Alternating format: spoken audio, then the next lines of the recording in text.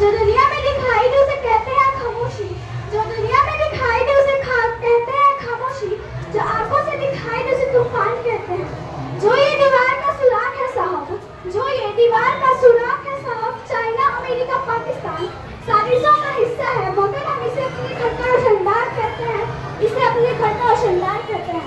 ब्रह्म सम्मानीय संचालक महोदय, प्रधानाचार्य, शिक्षागण, सभा में उपस्थित अतिथिगण एवं मेरे प्यारे भाई एवं बहनों, आप सभी को स्वतंत्रता दिवस की हार्दिक शुभकामनाएं। आजादी का असली मतलब वही समझ सकता है जिसने कभी गुलामी सही हो। हम सभी सौभाग्यशाली हैं कि हमने स्वतंत्र भारत में जन्म लिया। युद्ध आजादी की लौ 1857 में ही जल गई थी, जो मसाल बनकर 1947 में हमारे देश को आजाद करे। प्राचीन मध्यकालीन और वर्तमान भारत के उदाहरणों के साथ मैं स्पष्ट करना चाहूंगी कि जब हम तिरंगे के पेड़ में फंस गए थे तो राम के बसंती चोला की एक आवाज पर टोले के टोले उमड़ जाते थे और उनके वंदे मातरम के नारों से फूटने आने वाला 5 डिग्री का तूफान अंग्रेजी शासकों के जड़ों में तूफान लगेगा था। लोग मर जाते थे, मिट जाते थे, फांसी चढ़ जाते थे, तब वो अपनी देशभक्ति साबित कर रहे होते थे।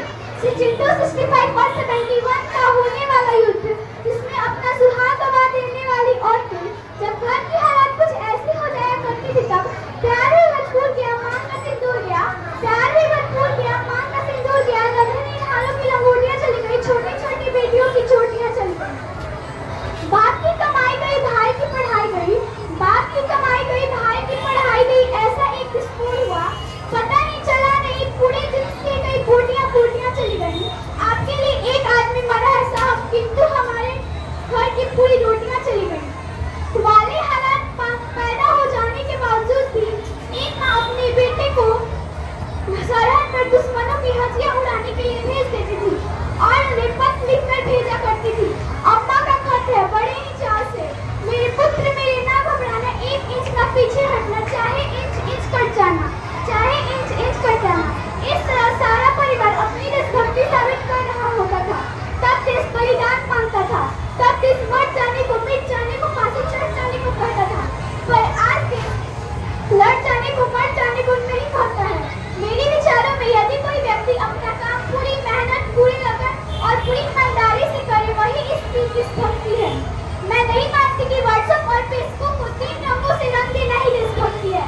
यदि आप कहेंगे कि साल में 2 बार तिरंगा लेना ही देशभक्ति है, तो मैं पूछना चाहूंगी कि फुटपाथ पे रहने वाला वो बच्चा ट्रैफिक की छांव में नंगे पांव खड़े होकर जब तिरंगा बेच रहा होता है, तब आप उसे उसकी देशभक्ति कहते हैं, लेकिन वो उसकी देशभक्ति नहीं बल्कि उसकी देश की पेट की भूख है जो इसे ऐसा करने से मजबूर करती है। हमें हर देशद्रोही को समझाना होगा कि अगर